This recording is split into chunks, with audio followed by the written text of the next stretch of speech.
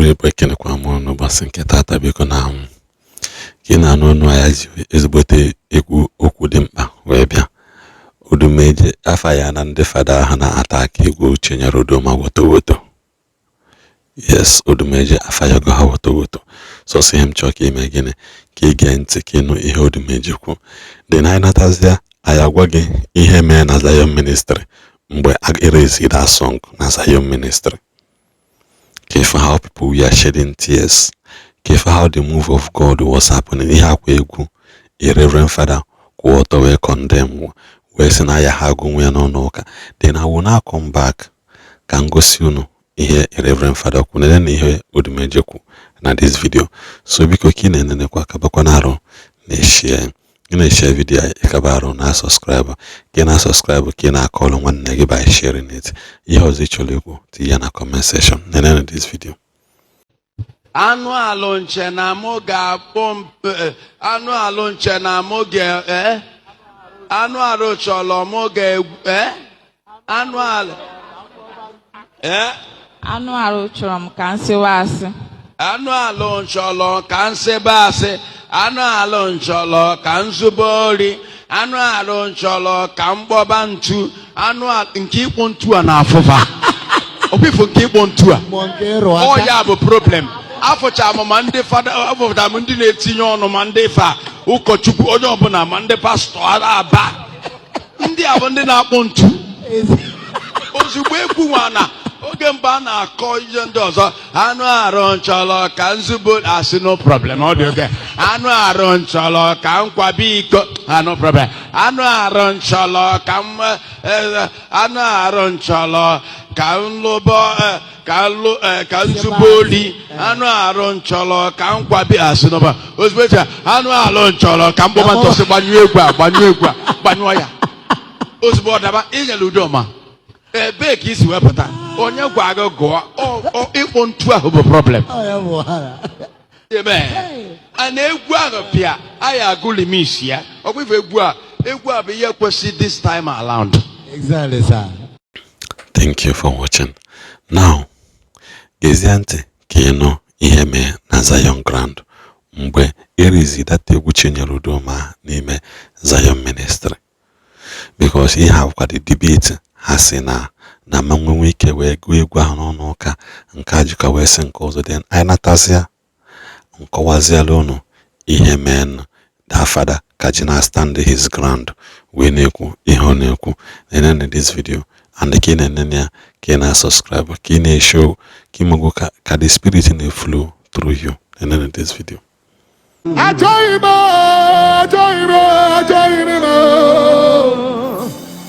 m ime ya na rụtọrọ Chineke nyere m aka. Mmụọ nsọ gị nyere m aka. Eluigwe nyere m aka. Oke mmụọ nsọ nyere m aka. Oke nduru eluigwe nyere m aka. Anụ ahụ chọrọ ka m mee njọ. Anụ ọrụ chọrọ ka m zuo ori. Mana achọghị m ime ya na rụtọrọ Chineke nyere m aka. Eluigwe nyere m aka. Mbara eluigwe nyere m aka. Mbara eluigwe nyere m aka. Mbara eluigwe nyere m aka. Achọghị m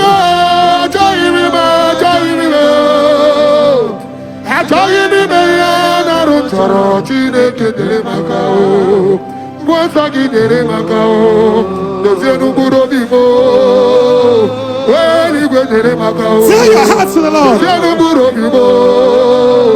Achọghị nyere maka dozie n'ụbụrụ obi m. Achọghị m ime ya na chọrọ Chineke nyere maka.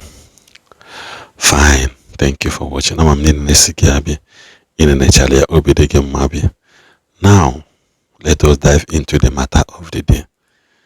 The Reverend Father Nkebukwa Father mentor Genti kono no ihoku maka egwu Chinyere Udoma. Ikwanti, also because of my post about Chinyere Udoma new song, I have recorded more than 200 comments calling me onye akpomuntu. And then na akpontu father nwoke na nwoke. Also before now, na ha na-asị na ama enwere ike na ama nara anụ ama nụrụ nwaanyị na mma ha tụọ nwaanyị ime ọ ihe ọ na-akọwa n'oyibo ahụ. Ọ sị na o nwere ihe okwu. Ọ sị I no talk. They have constantly told me to mind my case that 3 women had for me in secret who are outside the country. You know that we also kwa ndị mmadụ si na n'ọtụwara ụmụ nwaanyị ime na outside the country still onwe ha ihe okwu. I still no talk because I dey look for my kids wey dey outside now. Biko, which one I go take? Or do you people prefer I take all of them? Haba, you know too much. Ihe fada na-ekwu. O wee bịakwa ọzọ wee de, if they disagree in what you post, they insult you, and when they see the insult can get to you, they heap enough allegation. Nwa mama, sorry, allegation to whole body. See, it is very beautiful thing to disagree honestly, because it means you are thinking deeply and you are intellectually active. But let your disagreement be written intelligently without insult, so that you don't ridicule those who train you. Insult and allegation are the last submission of a useless brain and empty skull. Ya fada they welcome mother. Now, Gizanti ka ifukwa mgbe ọ na-chi atala azụ. Fada nwa kachile ntị o. Fada abụ onye ntị kpọmkpọmkpọm. Fada wee na-chi ata azụ. Wee dey this thing. And I still say it again and again. The song Ihe Dị Mma is a very powerful song. A song with a clear message to convert and return soul back to factory rest in Christ Jesus. But this song fit for the listening pressure of kids. A capital no. Also not for kids. The only thing you people will do is to hate me, throw me tantrums, insult as usual, and find small allegations and hang on my neck. That is all. You, that is a parent, is this how you teach your children about akwamiko education? I am the strongest opinion that this song should even find its way into the nightclub and hotels, the street and marketplace. Those places are the area where it is highly needed. Our society is indeed saturated with all this ill, and it seems we are not doing enough. So shout it to the world and make your voices heard all over, because you are also his disciples. Ona agwazende mmadụ now. You know, there was one asị na isi bule egwu ha jewe na club, gaba na street, gaba ebe dị ọbụla dị iche iche. No, ụdị ebe ahụ ka ị na-edili ụdị egwu a.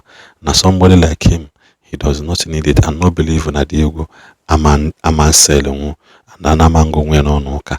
Then I will show you ihe father post na social media. Akonye si na egwu anwa amangamu na social media, no na club and hotel na street could the egwu afit. Na nege kwantika egocha. But we don't need our kids to listen to what their age are not yet ready to grab. I made mention of children masses and children ministry in both Catholic Church and the Pentecostal Church respectively, just to let you know that we prioritize what our kids are meant to hear or not. They are our treasures and we must welcome them and protect them.